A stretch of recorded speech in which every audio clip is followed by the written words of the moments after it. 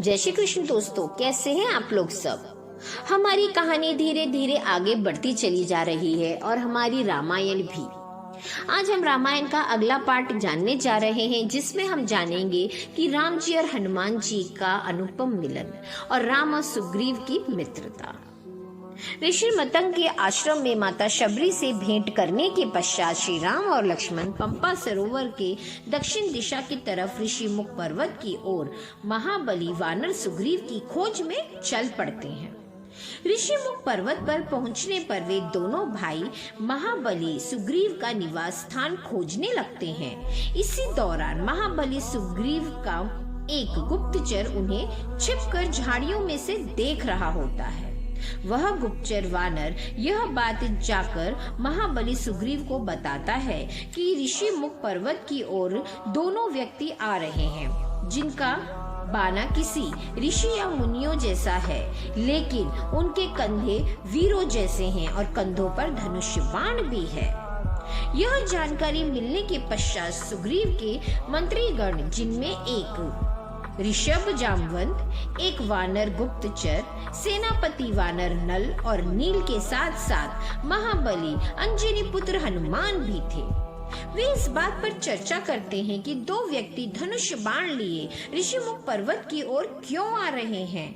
कहीं वे सुग्रीव के भाई और शत्रु वानर राज बलि के गुप्तचर तो नहीं है।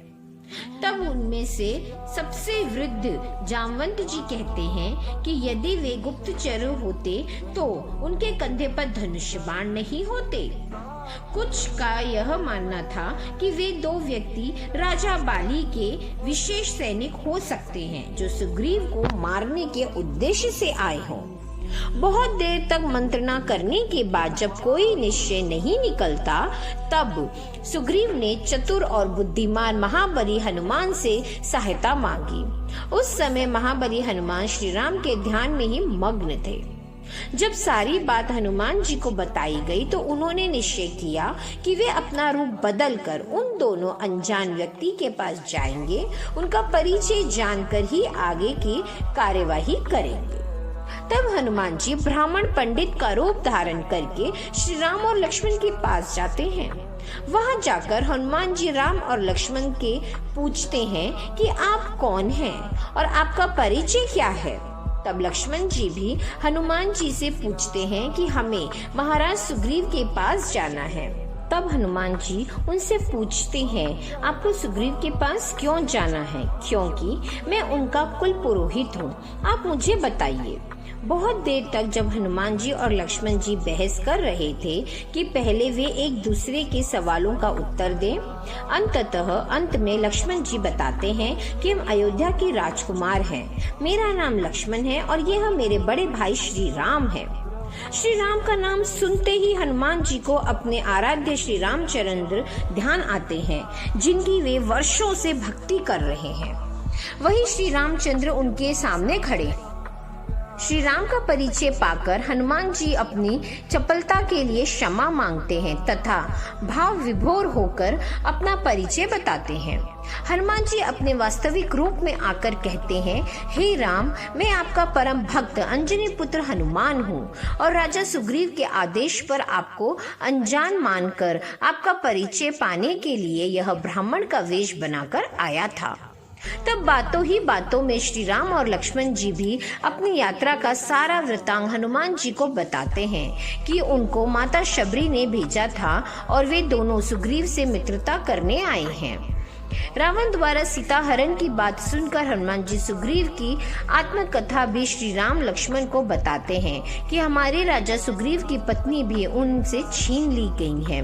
अंततः वह आपकी वेदना को समझ सकते हैं, जिससे आप दोनों एक दूसरे के लिए कल्याणकारी सिद्ध होंगे। तब हनुमान जी राम और लक्ष्मण को सुग्रीव के निवास स्थान पर चलने के लिए कहते हैं, लेकिन वहां का रास्ता काफी दुर्गम होने के कारण हनुमान जी विराट रूप बनाकर श्री राम और लक्ष्मण को अपने कंधों पर बिठाकर हवा में उड़ाते हुए सुग्रीव के पास ले जाते हैं। श्री राम लक्ष्मण के सुग्रीव से भेंट होने के पश्चात वे दोनों एक दूसरे के आत्मकथा बताते हैं तथा एक दूसरे की सहायता करने का वचन देते हैं। वहीं पर हनुमान जी लकड़ी द्वारा अग्नि प्रकट करके राम और सुग्रीव को मित्रता की शपथ लेने के लिए कहते हैं। सुग्रीव और श्री राम की मित्रता होने के पश्चात सुग्रीव श्री राम से कहते हैं कि हे मित्र, हनुमान ने हमें आपकी पत्नी सीता के हरण का सारा वृत्तांत बता दिया है, इसलिए मैं माता सीता की खोज करने में आपकी पूरी सहायता करूंगा।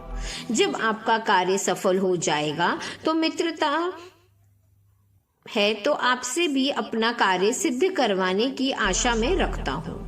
सुग्रीव की बातें सुनकर श्री राम कहते हैं कि हे मित्र, मित्रता का अर्थ यह नहीं है कि पहले आप मेरा कार्य करें और बाद में मैं आपका कार्य करूं। मैंने आपसे मित्रता की है, इसलिए मेरा पहला धर्म यही है कि मैं पहले आपकी सहायता तथा कष्टों का समाधान करूं। हनुमान जी ने आपके भाई बाली और आपकी शत्रुता के बारे में मुझे पहले ही बता दिया है और बाली ने आपके साथ अन्याय किया है, इसलिए आपका मित्र होने के नाते पहले मैं आपको आपकी पत्नी तथा खोया हुआ राज्य वापस दिलाऊंगा। मैं आपको यह वचन देता हूँ कि बाली कल का सूर्यास्त नहीं देख पाएगा। और अंत में श्री राम कहते हैं कि मेरे रघुवंश के यहाँ परंपरा रही है कि प्राण जाए पर वचन न जाए, इसलिए मैं अपने प्राण देकर भी अपने वचन को निभाऊंगा। ऐसी ही और जानकारी और वीडियोस के लिए चैनल को लाइक शेयर सब्सक्राइब जरूर करें।